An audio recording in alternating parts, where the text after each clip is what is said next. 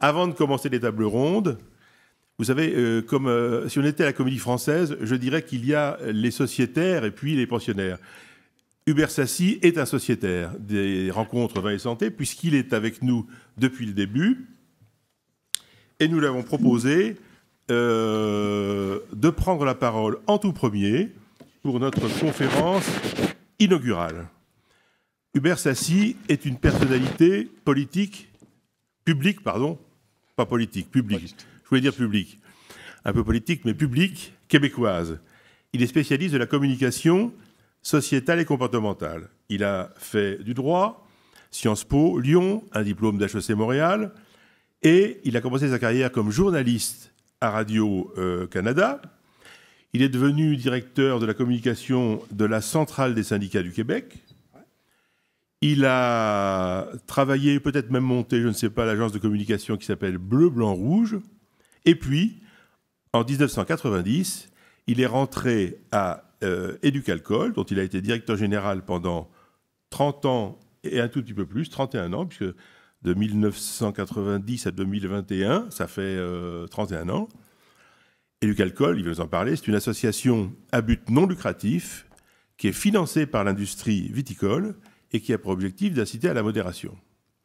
Donc, Hubert Sassy va nous parler des différents facteurs qui peuvent déterminer la consommation d'alcool.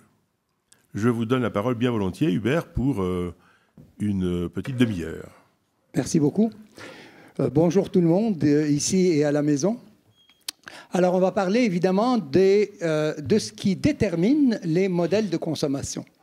Vous devez savoir qu'il y a une multitude de modèles de consommation qui sont influencés par énormément de choses et qui dépendent de divers facteurs. Certains facteurs sont liés à la demande, à la personne. Donc, le besoin de consommer de l'alcool, l'envie de consommer de l'alcool, ce que les individus eux-mêmes déterminent. Et d'autres facteurs qui sont externes aux personnes qui boivent de l'alcool et qui sont donc liés à l'offre des produits. Et ces facteurs-là et ces contextes-là varient selon les époques, selon les approches, selon les expériences individuelles ou collectives ou selon les idéologies. Parce qu'il ne faut pas se le cacher, dans toute l'histoire de l'humanité, la relation des gens et des peuples avec l'alcool n'est pas seulement déterminée par les lois de l'offre et de la demande, pas seulement déterminée par le goût, c'est pas seulement déterminé par les progrès, c'est pas seulement déterminé par la science, c'est tout ça, mais il y a du moralisme et de l'idéologie depuis le début de l'histoire de l'humanité. Et ce n'est pas aujourd'hui que ça s'est arrêté, au contraire, ça n'a jamais été aussi idéologique. Alors regardons un petit peu les buveurs pour commencer. Qu'est-ce qui détermine la façon dont on boit? Eh bien d'abord, c'est ce que l'on sait, la connaissance. Ce que je sais me permet d'agir en fonction de ma connaissance des éléments. Je donne un exemple très simple. Les femmes enceintes savent aujourd'hui qu'il ne faut pas boire durant la grossesse. Il y a 50 ans, on ne le savait pas. Même qu'on disait à l'époque qu'une femme enceinte, ici, dans ce pays, devrait se limiter à 1 demi-litre par jour, pas plus. Il y a quand même eu des connaissances qui ont évolué de ce côté-là. Un autre déterminant, c'est l'éducation et la formation. Oui, je sais qu'il y a des gens qui disent que l'éducation, ça ne sert à rien, qu'il n'y a que la contrainte et que les obligations et que les interdits qui fonctionnent, mais ce n'est pas vrai. Les gens, les jeunes qui sont soumis à des programmes d'éducation ou de sensibilisation en connaissent davantage et ont leur modèle de consommation influencé.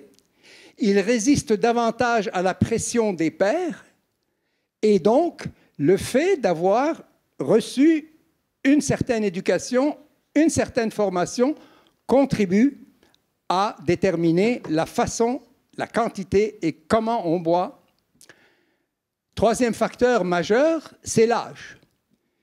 Et c'est très simple, les neurosciences les plus récentes ont démontré que le cerveau humain se développe en 3 phases. Et dans la 3e phase du développement du cerveau, qui va de 15 à 23 ans, ce qui se développe en premier, c'est le lobe occipital et par la suite le lobe frontal. Or, dans le lobe occipital, qu'est-ce qu'il y a? La prise de risque, les sensations fortes et à l'avant, le jugement, l'appréhension, la planification. Et c'est pour ça que les jeunes, à 15, 16, 17, 18 ans, ils peuvent boire d'une certaine manière, de manière énorme, avec une prise de risque, et c'est valable pas seulement pour la boisson, mais c'est valable dans tout.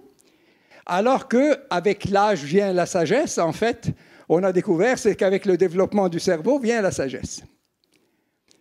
Autre élément, le genre. Alors, et là, je ne fais pas de sexisme, c'est une réalité. Les jeunes femmes, les jeunes filles se comportent mieux que les jeunes hommes. Elles consomment de manière plus sage, elles consomment de manière plus modérée, même si de nos jours, il y a une tendance au rapprochement en vertu de toutes sortes de facteurs externes, dont notamment, quel pléonasme, dont on pousse l'idée de l'égalité, et donc on dit les femmes doivent voir comme les hommes. Désolé, mais enfin, biologiquement parlant, ce n'est pas exactement la même chose, ce n'est pas du sexisme que de l'affirmer. Ensuite, bien sûr, les profils psychologiques. Ça détermine aussi un profil psychologique permanent ou temporaire. Regardez durant la pandémie. Qu'est-ce qui s'est produit? Un certain nombre de personnes ont subi de l'angoisse, du stress, de la solitude et se sont médicamentés avec l'alcool. Et donc, ils ont utilisé la consommation d'alcool pour réduire le stress, l'angoisse et régler leurs problèmes de solitude pour compenser. C'est une très mauvaise idée, soit dit en passant, parce que si un verre ou deux, ça détend, quand on commence à exagérer, ça fait exactement l'effet opposé de celui que l'on recherche. L'alcool est un dépresseur, quand même. Ou alors, plus psychologiquement parlant, l'esprit de groupe. On veut faire partie de la bande et par conséquent, on se retrouve avec des copains qui boivent beaucoup et on a même observé dans certains cercles de jeunes des personnes qui faisaient semblant d'être saoules, même si elles n'avaient pas trop bu, simplement pour donner l'impression qu'on fait partie du groupe. Alors c'est quand même assez intéressant de voir à quel point ce sont des choses qui sont déterminantes. Et enfin, la génétique. Et là, encore une fois, je fais de la science, je ne fais pas de racisme, je ne porte pas de jugement de valeur. Mais 50% du modèle de consommation est lié à l'acquis, mais 50% est lié à l'inné. Il y a des peuples qui ont des problèmes particuliers liés à l'alcool.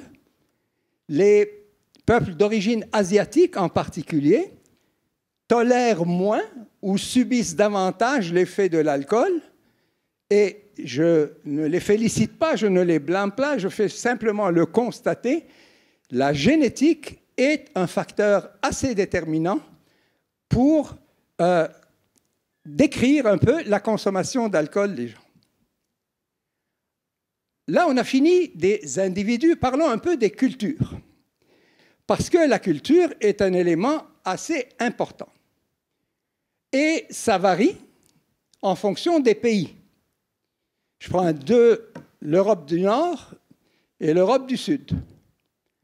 Alors, le modèle de consommation scandinave ou britannique, et je ne fais pas de politique, je fais de la description, ce sont des modèles où la quantité d'alcool consommé est liée directement à la recherche de l'effet. Et donc, on boit, et quand on boit beaucoup. Ne blâmons pas trop les peuplades du Nord. Il y a un vieux proverbe français qui dit « qu'importe le flacon pourvu qu'on ait l'ivresse ». Ça relève exactement de la même logique. Par contre, vous avez l'Europe du Sud, Espagne, Portugal, Italie, sud de la France, bon, la Grèce, etc., où la relation avec l'alcool est tout à fait différente, où on s'inscrit davantage dans une culture de la dégustation, une culture de l'alimentation. Bon, je ne vais pas vous faire un discours sur le régime crétois, mais enfin, c'est une réalité quand même où il y a des divergences importantes. Et plus que ça, dans les régions. Je vais prendre votre pays. Il y a un fleuve qui s'appelle la Loire et qui, outre les magnifiques châteaux, détermine une distinction dans les modèles de consommation. Vous savez que le syndrome d'alcoolisation fœtale a été découvert en Normandie. Et oui, je sais, les Québécois sont d'origine normande, pour beaucoup d'entre nous, mais ce n'est pas ça la raison. Le fait est qu'en Normandie, où vous comparez avec Toulon, eh bien, il y a des différences majeures dans la consommation d'alcool. Et c'est important de le noter. Donc, c'est non seulement pays, mais c'est culture. Ensuite, le modèle dépend aussi du produit que l'on consomme. On ne consomme pas les vins et les spiritueux de la même manière. Ce n'est pas le même modèle. En général, le vin accompagne un repas. J'ai bien dit en général. Oui, vous avez des gens qui, le gros rouge qui tache sur un coin de rue en train de boire sous un pont. Je veux bien, mais c'est une exception. La règle générale, c'est que le vin accompagne les repas, les spiritueux beaucoup moins. On boit les spiritueux et un des conseils qu'on donne aux gens, c'est peu importe ce que vous buvez, du vin, de la bière, du cidre, des spiritueux, ne jamais boire sur un estomac vide. C'est une très mauvaise idée. Et donc, même si vous prenez un scotch ou une vodka avant votre repas, ben, prenez des grignotines, du céleri, des carottes, ce que vous voulez, mais mangez parce qu'il est important de mélanger l'alcool avec autre chose. Et cette autre chose, c'est l'alimentation, c'est tout. L'alcool et le tabac, c'est une mauvaise idée. L'alcool et le cannabis, c'est une mauvaise idée. L'alcool et les médicaments, c'est une mauvaise idée. L'alcool et les drogues dures, c'est une mauvaise idée. L'alcool, c'est accompagné de nourriture, c'est la seule bonne idée en matière de mélange avec l'alcool. Ensuite, vous avez bien sûr les sociétés et leur histoire. Je vais prendre encore un exemple. Ici, dans le port de Bordeaux, on a invité, il y a 70 ans, les débardeurs à boire du vin. Parce que l'eau n'était pas toujours potable. Et quand ils prenaient du vin, ils étaient certains de ne pas attraper des cochonneries. Et on leur demandait de se limiter à 1 litre par jour. Mais c'était véritable. Écoutez, c'est historique ce truc-là. C'est pas parce qu'on voulait vraiment les pousser à la consommation. C'était une mesure d'hygiène. Consommer du vin, c'était consommer un produit qui n'allait pas vous faire attraper toutes sortes de cochonneries. Ensuite, il y a les mentalités. L'acceptabilité sociale ou pas. Alors, un exemple de mentalité qui est extrêmement limpide. À Stockholm, si vous prenez un verre de vin avec votre repas un mercredi midi, c'est un crime contre l'humanité et on vous fait passer devant le tribunal international de La Haye. Si vous êtes sous-mort un vendredi soir, et même si vous êtes juge, et que vous croulez à terre sur la place publique, pourvu que vous ne conduisiez pas, il n'y a aucun problème de ce côté-là. Je vous dirais qu'ici, j'imagine que ce n'est pas exactement la même chose. Et que la mentalité, l'acceptabilité détermine beaucoup le contexte de consommation. Là, je ne dis pas que tous les Suédois sont tous sous le vendredi soir. Il y en a quand même quelques-uns qui ne le sont pas. Mais dans l'acceptabilité de la chose, c'est tout à fait normal et il n'y a rien de mal à être sous-mort un vendredi soir ou un samedi soir. Mais un mardi midi, eh là là, catastrophe. Les religions. Mon ami Jean a commencé à évoquer les religions. Ben, les religions ont une influence majeure sur les modèles de consommation. On va prendre deux religions que vous connaissez bien, le christianisme et l'islam. Le premier miracle de Jésus-Christ a été de transformer de l'eau en vin. D'où la naissance du Châteauneuf du pape. Non, sorry. Premier miracle. On a pris de l'eau, on en a fait du vin. Dans l'islam, il y a le haram et le halal. Le halal, c'est ce qui est bon, et le haram, c'est ce qui n'est pas bon. Et l'alcool, c'est haram. Et donc, quand vous êtes de culture ou de religion musulmane, ben, il est certain que vous risquez pas mal de moins boire que si vous êtes de religion ou de culture française. Chrétienne.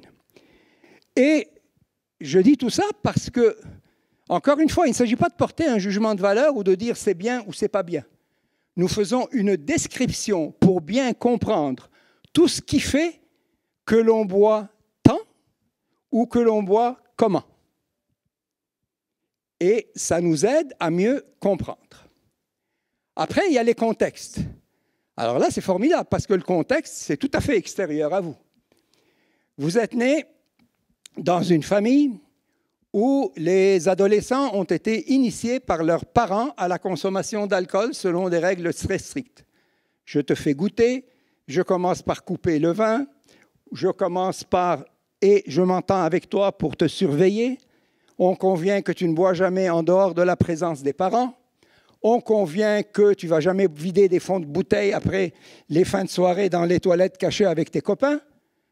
Tout ça, ça fait des consommateurs qui se comportent mieux et c'est davantage comment les parents se comportent que comment les parents exigent qui détermine le comportement des enfants. Les parents, vous n'avez aucune influence sur la couleur des cheveux que vos enfants veulent avoir, sur les tatouages qu'ils veulent se faire ou pas, sur le perçage d'oreilles, de narines, de ce que vous voulez, de nombril, etc., sur les disques qu'ils écoutent, sur la façon dont ils s'habillent. Mais le premier déterminant de la relation de vos enfants avec l'alcool, ça va être votre comportement à vous.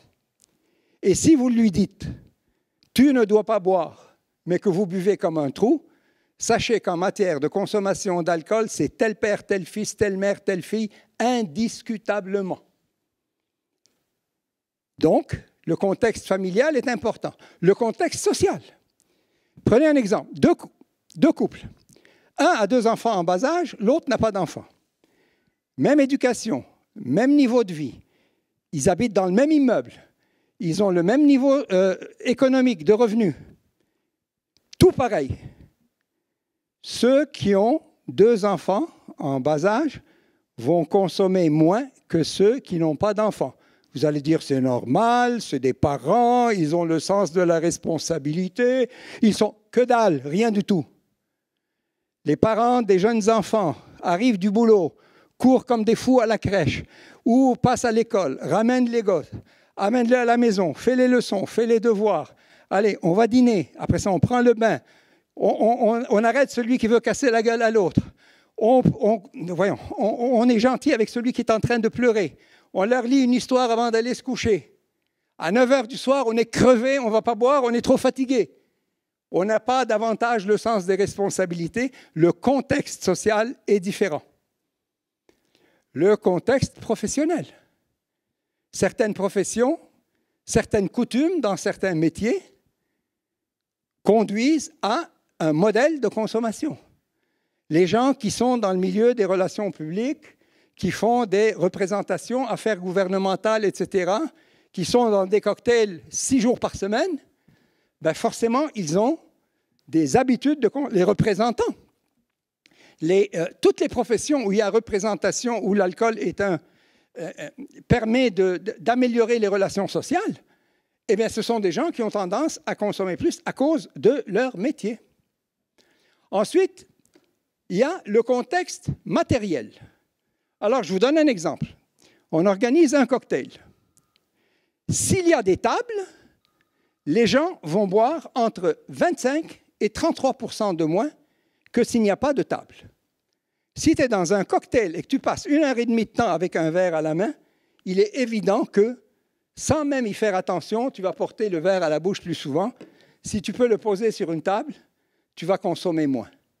Les mêmes personnes dans les mêmes situations, qu'il y ait des tables ou qu'il n'y ait pas de table, ou bien si on attend que le verre se vide avant de le remplir, ou bien si à peine baisse-t-il d'un demi-centimètre, on se sent obligé de remplir de nouveau. Et alors imaginez, vous êtes debout, vous n'avez aucun endroit où mettre votre verre, et là, toutes les 30 secondes, il y a quelqu'un qui vient en rajouter, c'est évident que vous allez boire plus. Donc, le contexte économique. Ben, écoutez, c'est très simple, la moitié de la planète ne boit pas d'alcool. En Afrique, le taux de consommation, il n'y a même pas 10% des gens qui consomment de l'alcool. En Asie, c'est pas mal équivalent. Pourquoi? Parce que ce sont des pays pauvres. Les gens n'ont même pas d'argent. L'Amérique latine, dans certains pays, les gens n'ont même pas d'argent pour bouffer. Vous imaginez bien qu'ils n'ont pas d'argent pour boire. Et par conséquent, ils ne consomment pas d'alcool du tout. Et ce n'est pas parce qu'ils n'aiment pas, c'est simplement parce qu'ils n'ont même pas les moyens de se l'acheter. Et bien sûr, il y a le contexte personnel. Vous avez une jeune femme, son mari l'a plaquée pour foutre le camp avec la secrétaire, qui est la même avec 25 ans de moins, qui a 3 enfants, l'aîné est un dealer de drogue, la fille fait la prostituée, et le troisième est un méchant garçon qui fait toutes sortes de trucs. C'est pas le moment. Ah oui, alors le propriétaire de son appartement, parce qu'elle a perdu son boulot et qu'elle n'a plus les moyens de payer le loyer, vient lui dire « Allez, je vous fous à la porte ». Ce n'est pas le moment d'aller lui dire « Tu bois trop ». La même femme, 5 ans plus tard, s'est trouvée un nouveau conjoint. Le dealer est devenu policier. La prostituée est devenue religieuse et l'autre s'est convertie à ce que vous voulez. Elle s'est retrouvée un boulot. Elle a une belle villa en banlieue avec une piscine. Ben là, c'est probable qu'elle va consommer de façon un peu plus modérée. Et ensuite, bien sûr, il y a les contraintes. Et là, vous allez dire, ça y est, il arrive avec les méchantes choses. Les contraintes, combien? Oh oui, ça va aller. Les contraintes. Alors, la première contrainte, c'est l'accessibilité. Et là, je suis en plein dans les politiques envisagées par l'Organisation mondiale de la santé, qui consiste à dire, et ça va être présenté au mois de mai à l'Assemblée générale de l'OMS, alors il faut limiter l'accessibilité. Moins l'alcool est accessible, moins les gens vont boire. Chez nous, au Québec, jusqu'à il y a 50, 60 ans, quand tu rentrais dans un magasin de la Société des alcools du Québec, il y avait un type avec une vareuse. Tu te mettais derrière le comptoir, tu demandais le produit, il s'en allait derrière, il allait l'apporter, il revenait, il le mettait dans un sac non identifié, comme si tu étais en train d'acheter du crack. Tranquillement, pas vite, on s'est civilisé un petit peu et on s'est rapproché un peu plus du produit convivial et on a décoincé notre relation avec l'alcool. Regardez, pendant la pandémie, les gens qui étaient en télétravail, pour ce qui concerne la pandémie, au Québec, vous avez les 2/3 des Québécois qui n'ont ni augmenté ni diminué leur consommation. Vous avez 17-18% qui ont augmenté, 17-18% qui ont diminué. Les 17-18% qui ont augmenté, c'était beaucoup d'entre eux, ou bien des gens angoissés, on l'a vu tout à l'heure, comment l'angoisse, le stress, etc., ou bien des gens qui étaient en télétravail. Mais quand tu bosses au bureau ou au magasin ou à l'usine et que tu veux boire, il faut que tu quittes le lieu du travail, il faut que tu ailles au bar, au restaurant ou que tu rentres chez toi, il y a un délai qui se produit. Quand tu es en télétravail à la maison, l'alcool est dans la pièce d'à côté, sinon dans la même pièce où tu te trouves. Et donc, c'est d'une facilité déconcertante de commencer l'apéro à 4h30 au lieu de le prendre à 7h. C'est l'accessibilité. C'est proche, c'est facile et on peut y accéder rapidement. Le prix. Alors là, c'est un autre élément de la politique de l'OMS. Augmenter les prix. Alors, le problème, c'est que l'OMS fait des politiques mondiales. Alors, augmenter les prix. Alors, peu importe c'est quoi le prix, il faut tout le temps que tu l'augmentes. Ça, c'est comme le fameux slogan « moins c'est mieux ». Parce que poussé à l'extrême, moins c'est mieux, peu importe ton niveau de consommation, Donc, si tu bois 4 verres, moins c'est mieux, donc 3 c'est mieux. Et si tu en bois 2, moins c'est mieux, donc 1 c'est encore mieux. Et si tu en bois 1, ben 0, moins c'est mieux. Et le moins c'est mieux a ceci d'absolument hypocrite, parce qu'il mène directement de moins c'est mieux devient rien c'est bien. C'est pas compliqué. Si quel que soit ton niveau, moins c'est mieux, c'est ça que ça veut dire. Alors, ce dont on parle ici, c'est les prix pour rendre l'alcool moins accessible. Et c'est vrai, j'ai été dîner un soir dans un restaurant en Islande, il y a 2 ans et demi, et le verre de vin coûtait 28 €. 37 $ canadiens pour un verre de vin. Tu penses que j'en ai pris un deuxième? Jamais de la vie. Écoute, je n'ai pas les moyens. Bon. Par contre, ça a un effet pervers. Parce que quand les prix sont trop élevés, il se passe quoi? La contrebande, l'alcool maison, l'alcool frelaté. Alors, on essaye de régler un problème en créant un autre. Et même en matière de prix, il faut savoir être intelligent. Et enfin, l'encadrement de la promotion. On peut, chez nous au Québec, on a une jeune fille qui est morte parce que l'encadrement des boissons alcoolisées sucrées, qui sont des boissons hypocrites, dans lesquelles le sucre camoufle le goût de l'alcool, et que des jeunes adorent ça parce qu'ils se précipitent dessus. Il n'y avait aucun encadrement sur ce truc-là. Et résultat, dans une petite canette, on dit canette ici, hein, dans une petite canette, il y avait l'équivalent de 4 verres standards d'alcool. Un verre standard, c'est 13,5 grammes d'alcool chez nous, pas 10 grammes comme chez vous. Donc, il y avait l'équivalent de 5 verres français dans une canette qui ressemblait étrangement à du Coca-Cola ou à du jus d'orange. Elle s'en est tapée 2, elle a bu 10 verres et elle est morte. C'est pas compliqué. Alors là, les gouvernements se sont réveillés et nous, on avait dit à l'époque, attendez pas qu'il y ait des morts avant d'agir. Il a fallu attendre et ça s'est fait. Et enfin, l'État, qui, comme chacun sait, veut notre bien à tous. Alors, d'abord, la législation. La législation détermine en grande partie les conditions dans lesquelles on accède à l'alcool, comment on en entend parler, de quelle manière ça se fait. Et donc, vous avez ici une législation que vous connaissez bien, qui s'appelle la loi Evin, qui a changé dramatiquement le rapport communicationnel entre ceux qui vendent de l'alcool et ceux qui l'achètent, et qui, pour régler des problèmes réels, il y avait des trucs absolument hallucinants qui se faisaient, mais pour régler des problèmes réels, a jeté le bébé avec l'eau du bain et on s'est retrouvé de passer d'un extrême à l'autre. Mais ça a une influence. Ensuite, la mise en œuvre des politiques. Tu as des pays où il y a des lois extraordinaires mais qui ne sont pas appliquées. Et ça sert absolument à rien. Une loi qui n'est pas appliquée, c'est comme s'il n'y a pas de loi, comme si ce n'était pas encadré. Et c'est vraiment fondamental pour la crédibilité de l'État. Quand tu passes une loi, tu l'appliques, ou sinon, tu ne la passes pas. Et il en va de lois qui ont trait à l'alcool comme de toutes les autres lois.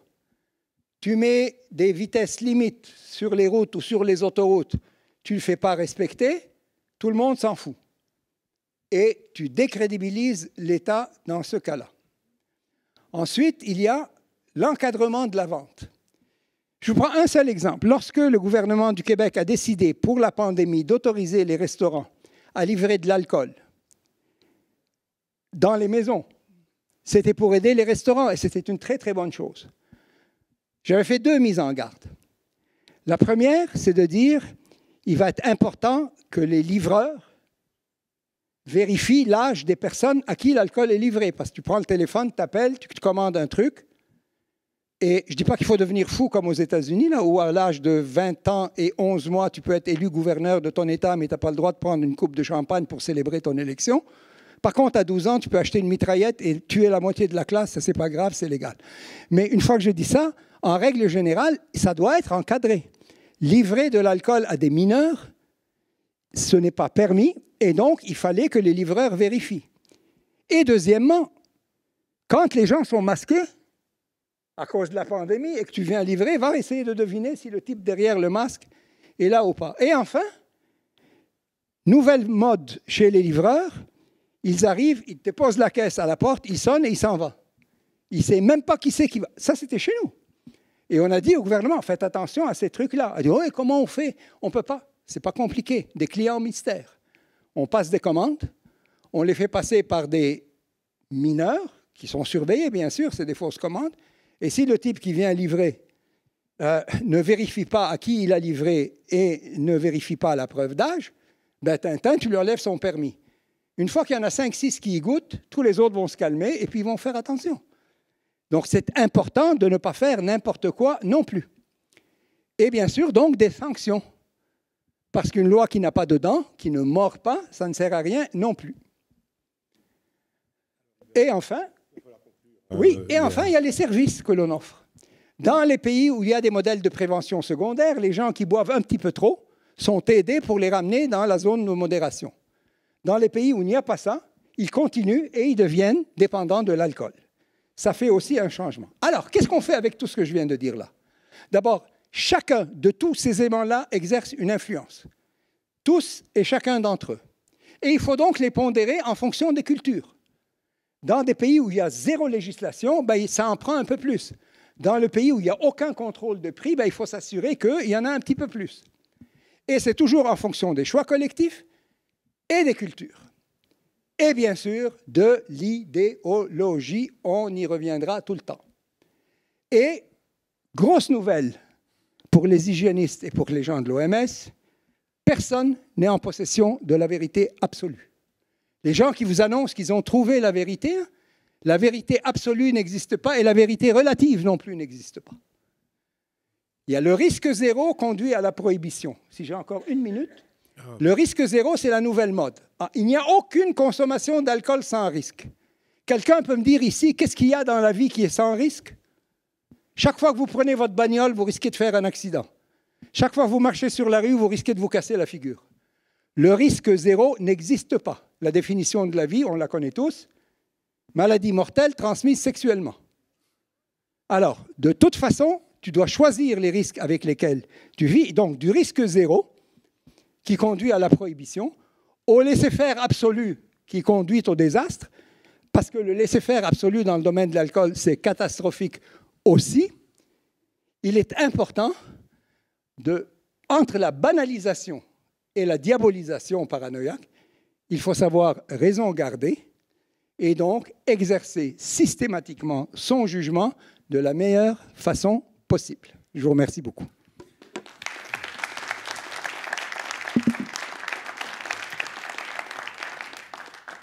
Merci beaucoup, Hubert.